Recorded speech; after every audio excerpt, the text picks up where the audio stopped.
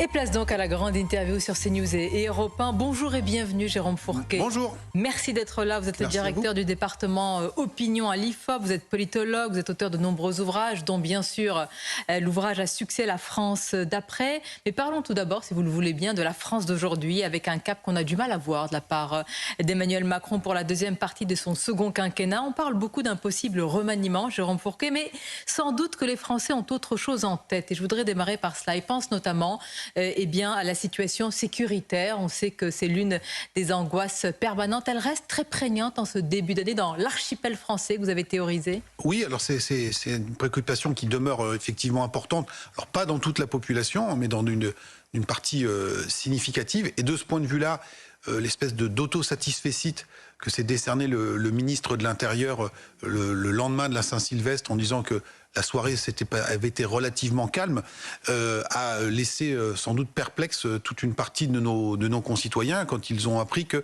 pas moins de 745 véhicules avaient été incendiés au cours de cette nuit, comme si aujourd'hui c'était devenu une forme de rituel, une habitude.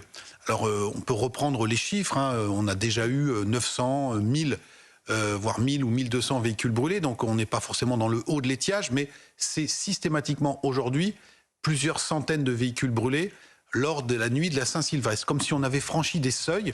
Quand vous faites l'histoire de cette nouvelle tradition des voitures brûlées, ça remonte aux années 80, au milieu des années 80 à Strasbourg, et puis ensuite ça s'est diffusé sur l'ensemble du territoire, d'abord à la Saint-Sylvestre, ensuite au 14 juillet, maintenant également pour Halloween.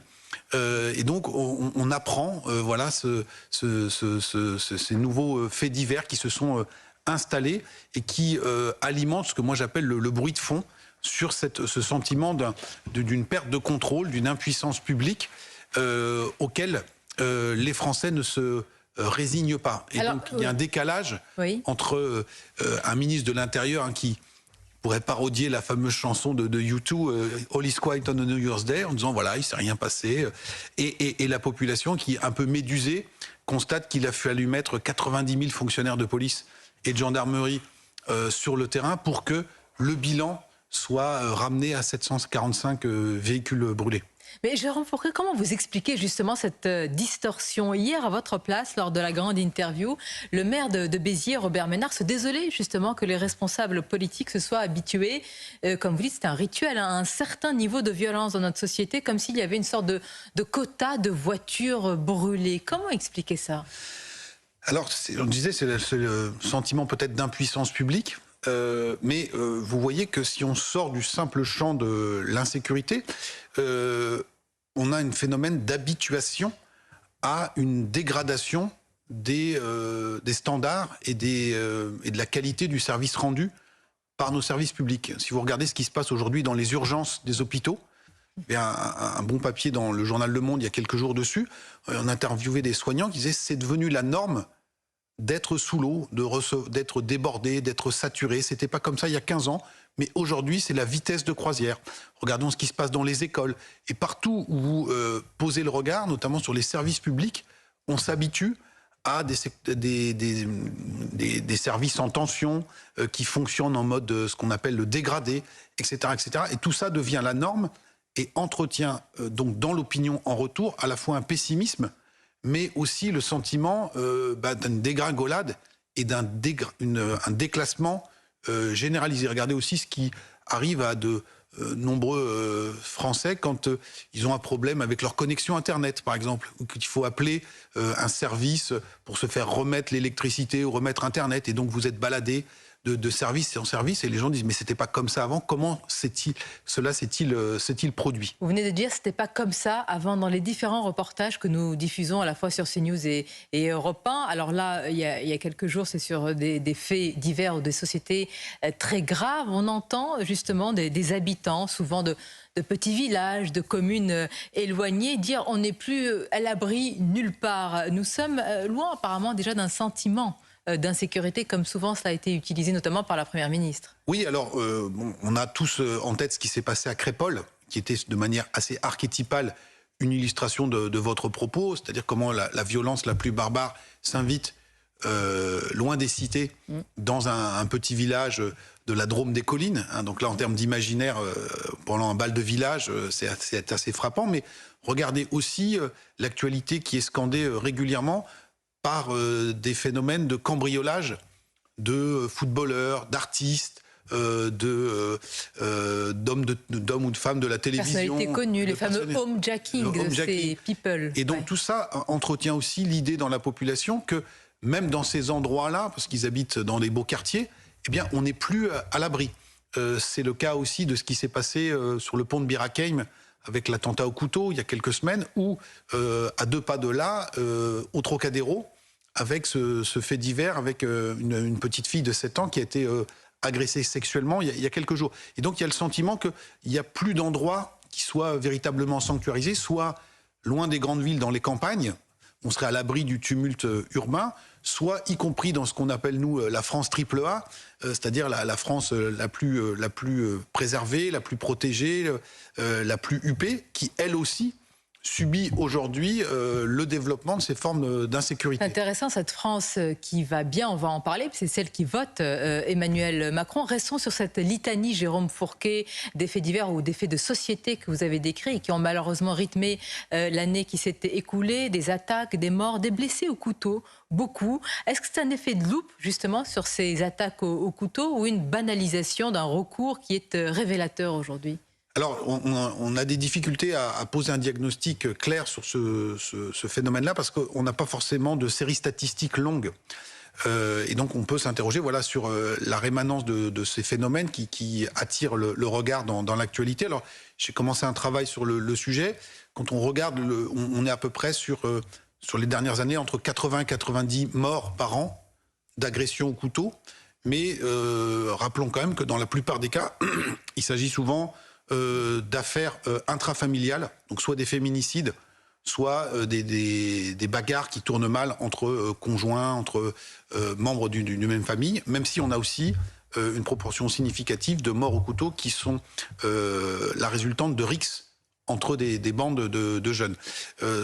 Alors ça a toujours existé, on se rappelle des fameux Apaches du début du XXe siècle, dans l'argot parisien, on parlait des surineurs. Donc, mais on avait le sentiment que depuis les années 70-80, le recours au couteau, c'était quelque chose d'une autre époque où, j'allais dire, d'autres contrées que la nôtre. Et manifestement, cette forme de violence n'a pas disparu, mais il faut de prudence sur le fait de savoir si elle est en recrudescence ou non.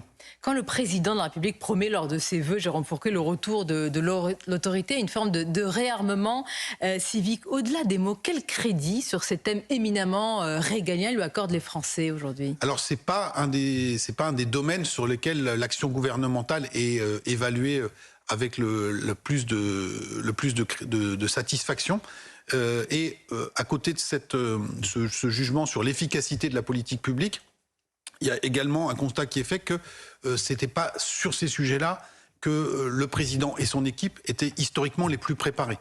Ils étaient très rodés en termes de discours sur l'économie, sur les changements sociétaux, mais sur les questions qu'on appelle régaliennes, c'était un peu un impensé du macronisme auquel on se heurte aujourd'hui gouvernementalement. Un éclairage est intéressant à regarder quand on considère ce qui se passe dans le domaine de l'éducation, avec une percée sondagière de Gabriel Attal, qui, quelque part, semble indiquer le chemin à suivre, c'est-à-dire, d'une part, poser un diagnostic lucide sur la situation, et ensuite essayer de prendre un certain nombre de mesures courageuses. Oui, avec autorité, d'ailleurs, pour rejoindre justement le caractère régalien. J'insiste bien sur les 2 étapes, c'est-à-dire d'abord poser le constat lucide, ce que j'appelle moi la phase de diagnostic. Donc il n'est pas fait pour une grande partie des Français sur certains thèmes, semble-t-il. Manifestement, et qui n'était pas fait sur l'éducation. Et donc là, quand on parle de harcèlement scolaire, quand on parle d'affirmation d'identité religieuse dans l'enceinte des écoles, le ministre Gabriel Attal a mis les pieds dans le plat, il a pris des décisions assez fermes et courageuses, et manifestement, c'est cette attitude-là qui a rencontré un écho certain dans l'opinion. Donc il faudrait multiplier la méthode Attal finalement dans tous les autres ministères et surtout régaliens. Ça peut être une piste de réflexion, en tout cas au regard des chiffres qu'on observe. Et au moment où les rumeurs de remaniement bruissent, alors ce matin dans Le Parisien, le ministre Clément Beaune dit clairement qu'il veut rester après les remous de la loi immigration. Jérôme Fourquet, mais dites-nous, à quoi servirait selon vous un remaniement s'il n'y a pas un élargissement, si vous voulez, de la majorité présidentielle du président, parce qu'on parle beaucoup de qui va remplacer qui. Je pense que ça passe un peu au-dessus des têtes de ceux qui nous regardent et nous écoutent. Alors, on peut se fier aux enquêtes. Celle de nos confrères des Labs, qui a été publiée hier, montre que 72% des Français considéreraient qu'un remaniement ne changerait rien. Sans doute qu'ils ont intégré que si remaniement il y avait, il serait à périmètre constant et qu'il ne se traduirait pas par un élargissement de la majorité présidentielle via un accord de gouvernement ou un débauchage d'une part substantielle des élus, les Républicains.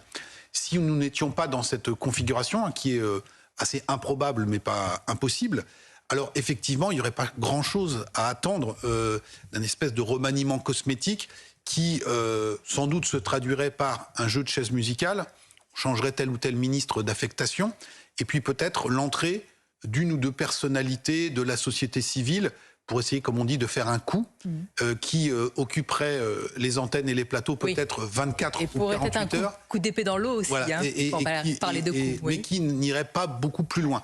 Sachant que la période actuelle est marquée aussi par une prise de recul ou de distance croissante d'une part de la population vis-à-vis du politique, et ce qui se traduit de manière très concrète par le fait que beaucoup des ministres aujourd'hui sont peu ou inconnus des Français, et que quand ils sont connus, il y a parfois même des erreurs sur leur affectation.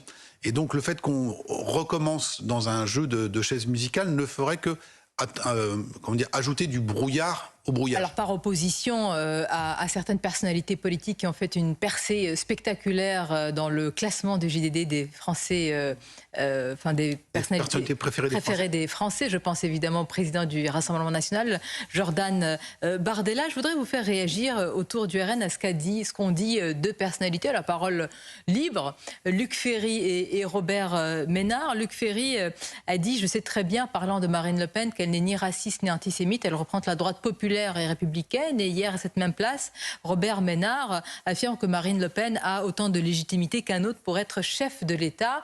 Alors, en ce qui concerne Luc Ferry, il y a eu beaucoup de crispations et de réactions de la gauche ou d'une certaine gauche. Qu'est-ce que vous pensez de ces deux prises de parole ? Alors, chacun jugera sur le positionnement du Rassemblement national et ses convictions. Moi, je m'appuierai sur les données d'enquête qui montrent que depuis une dizaine d'années, la fameuse stratégie de dédiabolisation et de banalisation du Rassemblement national engagée par Marine Le Pen a porté ses fruits. On le voit quand il s'agit des sondages d'intention de vote, on le voit sur les sondages de popularité, vous y faisiez référence à l'instant, et on le voit également sur des enquêtes plus qualitatives comme celle de nos confrères de Verian, anciennement Kantar, qui disposent d'un baromètre qui, sur l'image du Front National, et donc maintenant du Rassemblement National, qui a été mis en place au début des années 80, quand le Front National a fait sa première percée. Donc il y a 40 ans de recul, et on voit... Vous parliez d'ailleurs de la montée des eaux bleu marine à l'époque. Ouais. C'était un bruit de fond d'ailleurs. Jérôme Fourquet, vous dites qu'il n'y a pas un basculement net en fonction de certains faits divers ou faits de société, que c'est un bruit de fond. Un mouvement tendanciel, alors à la fois des évolutions de la société, et aussi un travail d'image et de positionnement du parti, c'est l'alignement de ces planètes qui aboutit à la situation que nous connaissons aujourd'hui. Et donc, dans ce fameux baromètre, vous avez des items du type c'est une menace, ce parti est une menace ou un danger pour la démocratie, son représentant dispose des qualités pour faire un bon président de la République. Et vous voyez que sur tous ces indicateurs,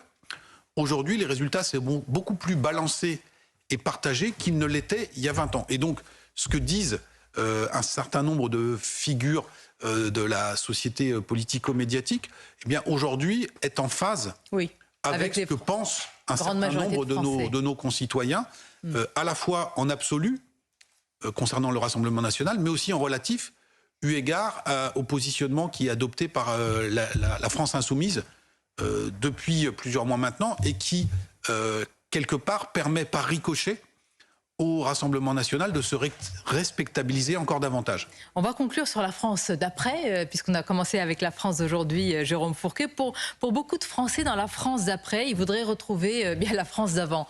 Vous avez cité l'école, ils voudraient retrouver l'école d'avant. Vous avez cité les hôpitaux, ils voudraient retrouver notre système médical d'avant. Est-ce que c'est pour vous une nostalgie fantasmée ou alors ce retour en arrière, mais il est encore possible ? Alors, nostalgie fantasmée, il faut qu'on rappelle aussi à nos nombreux téléspectateurs qu'on a une société qui est assez âgée, la société française. Et donc revenir aux années 60 ou 70, c'est retrouver sa jeunesse pour beaucoup de nos concitoyens. Pour tout le monde, oui. Voilà. Une fois qu'on a dit ça, je pense que le retour en arrière, bien évidemment, n'est pas possible.